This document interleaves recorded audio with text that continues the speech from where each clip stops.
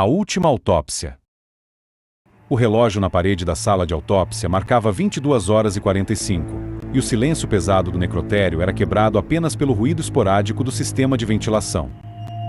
O doutor Samuel Alencar, um legista de renome na cidade de São Paulo, estava acostumado a trabalhar tarde da noite, especialmente nas semanas mais movimentadas. No entanto, algo naquela noite parecia diferente. Uma sensação de desconforto pairava no ar, uma pressão invisível que o oprimia desde o momento em que chegará ao hospital. Naquela noite, Samuel estava responsável por uma autópsia incomum, de um corpo que havia chegado sob circunstâncias misteriosas. A polícia não conseguirá identificar a causa exata da morte, e os relatos sobre o falecido eram nebulosos. O corpo foi encontrado em um apartamento abandonado no centro da cidade, sem sinais visíveis de violência. A única coisa que os policiais mencionaram com nervosismo foi o ambiente da cena, uma sala repleta de símbolos estranhos nas paredes, velas derretidas e um cheiro forte de algo queimado. Ninguém queria falar sobre o que mais haviam visto. O corpo estava coberto por um lençol branco, esperando por Samuel. Ele colocou as luvas de látex com leve estalar e puxou o lençol de maneira decidida, revelando o cadáver.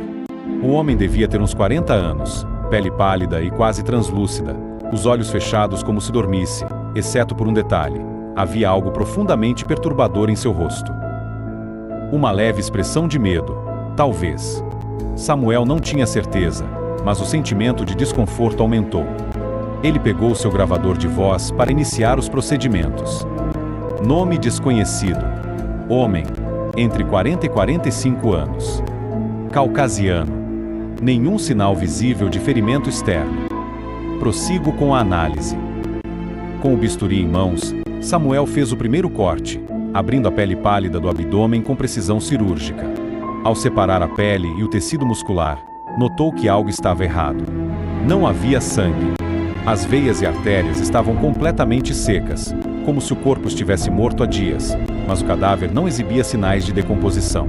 Samuel franziu o senho, um pouco confuso. Era incomum, mas não impossível. Talvez o homem tivesse sofrido uma hemorragia interna que drenara o sangue antes da morte. Ele continuou o processo, retirando os órgãos um a um. Estranhamente, o coração, os pulmões e o fígado estavam intactos, mas todos pareciam murchos, como se tivessem sido desidratados. Sentindo um frio na espinha, Samuel parou por um momento. A sala parecia mais fria, e um arrepio percorreu seu corpo. Órgãos internos sem sinais de trauma, mas com evidente atrofia. Procederei com o exame do cérebro. Ao abrir o crânio, algo impossível ocorreu. O cérebro, normalmente cinzento denso, estava preto, como se tivesse sido queimado. Uma substância pegajosa e escura gotejava das fissuras cerebrais, como piche. Samuel recuou involuntariamente. Nunca havia visto nada parecido em toda sua carreira. Um som sutil, quase imperceptível, ressoou na sala, uma espécie de sussurro abafado. Ele olhou ao redor, buscando a origem do ruído, mas não havia ninguém ali além dele e do cadáver. Por um momento, a luz piscou. Samuel sentiu o ar ficar mais denso e sua respiração se acelerou. Ele tentou ignorar a sensação de pânico crescente e voltou a examinar o cérebro, mas as palavras dos policiais ecoaram em sua mente. Os símbolos, as velas, o cheiro de queimado. Algo não estava certo. Possível contaminação por substância desconhecida. Preciso de amostras, disse, com a voz levemente trêmula. Ele pegou uma pinça para retirar uma pequena parte do tecido cerebral quando, de repente, as luzes apagaram por completo, mergulhando a sala na escuridão. O som do gravador parou, substituído por um ruído sibilante, como se alguém estivesse arrastando algo pesado pelo chão. Samuel congelou. O silêncio opressivo foi quebrado por um som que ele nunca mais esqueceria. Um suspiro longo e profundo, como de alguém despertando de um sono muito antigo.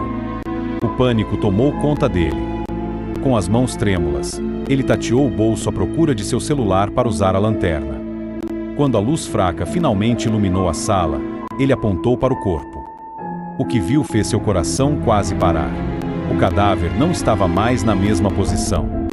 A cabeça, que antes estava virada para cima, agora estava de lado, olhando diretamente para ele. Os olhos, antes fechados, estavam abertos, 2 buracos negros e vazios. O ar parecia desaparecer dos pulmões de Samuel. Ele deu um passo para trás, tropeçando em uma mesa de instrumentos, e a luz do celular tremulou. O som do gravador voltou, mas desta vez não eram suas próprias palavras sendo reproduzidas. Eram vozes sussurrando em uma língua que ele não conseguia entender. Palavras antigas, repletas de malícia e ódio. De repente, a sala ficou gelada. O fôlego de Samuel saía em pequenas nuvens brancas. O corpo no centro da sala começou a se mexer, os membros se contorcendo de maneira antinatural, como uma marionete sendo manipulada por fios invisíveis. O sussurro se intensificou, como se as paredes estivessem cheias de bocas que falavam ao mesmo tempo. Desesperado, ele tentou correr, mas seus pés estavam presos ao chão, como se algo o estivesse segurando. A luz do celular piscou uma última vez antes de apagar completamente.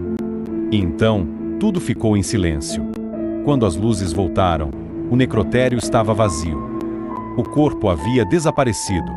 O doutor Samuel Alencar estava estirado no chão, olhos abertos, fixos no teto.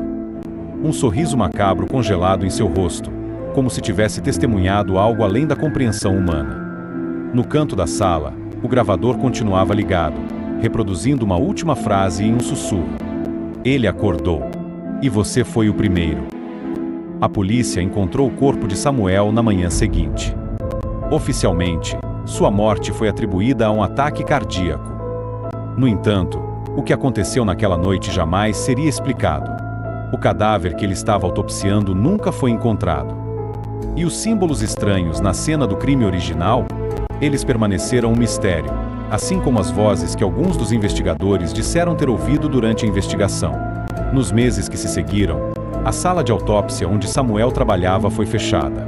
Funcionários relataram sons inexplicáveis vindos de lá, sussurros, arranhões e, ocasionalmente, um som leve de respiração, como se alguém estivesse ali, no escuro, esperando.